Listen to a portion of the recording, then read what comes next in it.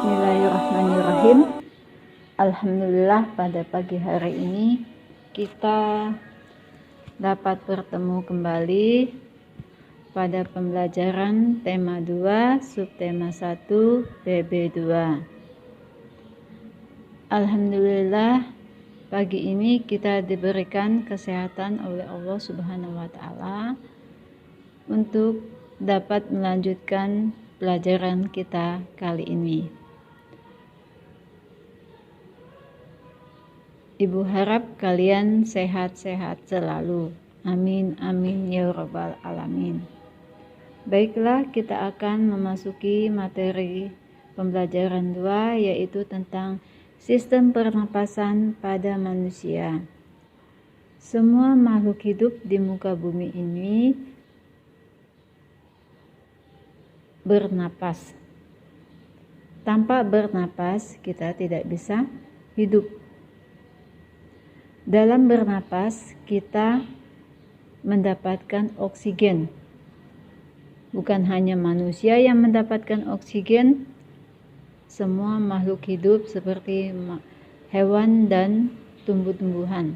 Untuk mengetahui bagaimana sistem pernapasan pada manusia, baiklah kita masuk ke materi.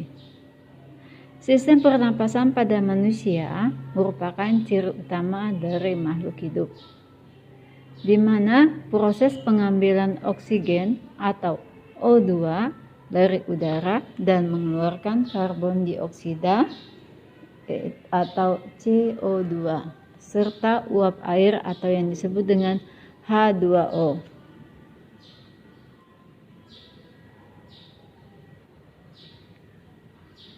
Dari dalam tubuh dinamakan proses pernapasan atau respirasi, di mana proses pembakaran makanan di dalam tubuh memerlukan oksigen.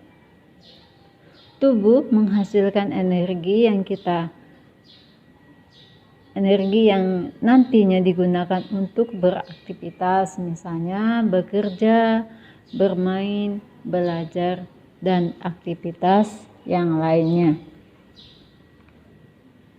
Ketika kita menghirup udara, oksigen masuk melalui hidung dan turun ke paru-paru sebelah kanan dan kiri, melalui kedua cabang tenggorokan yang disebut dengan bronkus.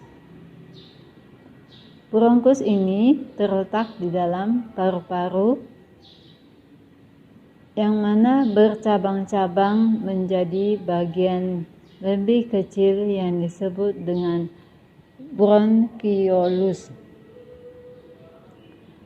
yang mana ujungnya ini terdapat gelembung-gelembung udara yang disebut dengan alveolus.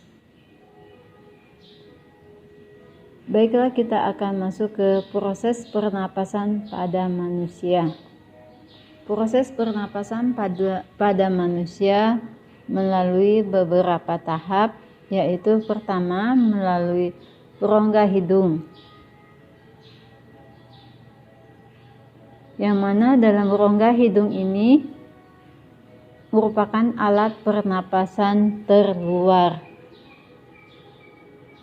yaitu berfungsi sebagai jalan keluar masuknya udara. Kelebihan bernapas melalui hidung yaitu pertama, hidung mempunyai rambut hidung dan selaput lendir. Kegunaannya yaitu dapat menyaring debu dan kotoran dalam udara yang terisap. Hidung juga dapat mengatur suhu udara yang masuk. Suhu udara yang masuk normalnya berkisar antara 36 sampai 37 Celcius. Yang selanjutnya, hidung mengatur kelembapan udara yang masuk. Jika udara yang masuk terlalu kering, dinding lubang hidung akan menambah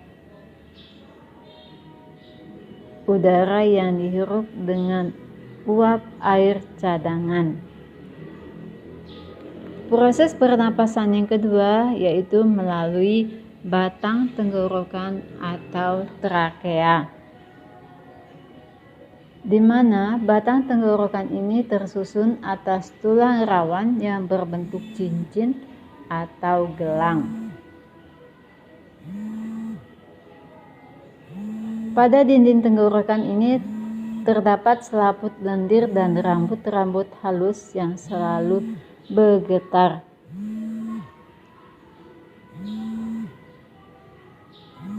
Proses selanjutnya yaitu cabang batang tenggorokan atau bronkus, yang mana ujung bawah tenggorokan terdapat percabangan yang berfungsi untuk menghubungkan antara batang tenggorokan dan paru-paru kiri dan paru-paru kanan.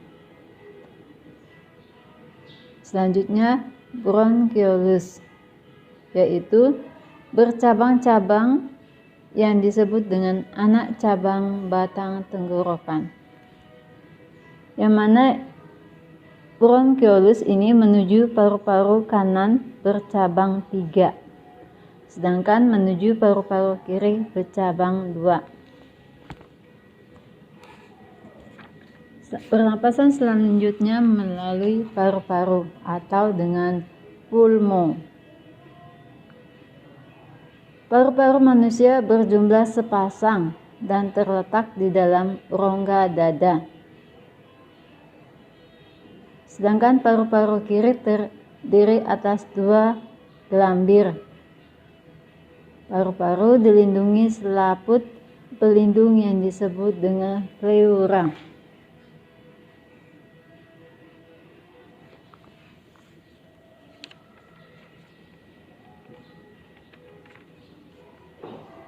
Mekanisme pernapasan pada manusia terdiri atas 2 tahap, yaitu inspirasi dan ekspirasi.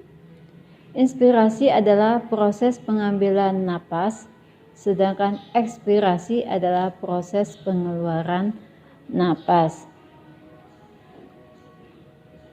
Setiap orang memiliki kecepatan berbeda-beda dalam bernapas.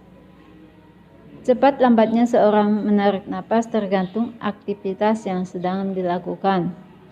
Misalnya pada saat beristirahat atau tidur, kita menghirup dan menghembuskan sekitar setengah liter udara dalam setiap tarikan napas. Dan kita menarik napas sebanyak 15-20 kali setiap menit. Sedangkan saat kita melakukan aktivitas yang berat seperti lari, kita akan menarik napas lebih dalam dan cepat karena kita membutuhkan oksigen lebih banyak. Saat kita berlari, udara sebanyak 3 liter dalam setiap tarikan napas setiap menit. Jadi kita menarik napas sebanyak 50 kali saat berlari ataupun lebih dari 50 kali. Oleh sebab itu, saat kita berlari, kita terenggah-enggah saat berlari. Oleh karena itu, saat berlari kita harus dapat mengatur pernapasan kita sendiri. Demikianlah penjelasan dari Ibu. Kurang dan lebihnya mohon maaf. Ibu akhiri. Assalamualaikum warahmatullahi wabarakatuh. Selanjutnya kalian dapat melaksanakan tugas yang Ibu berikan. Terima kasih.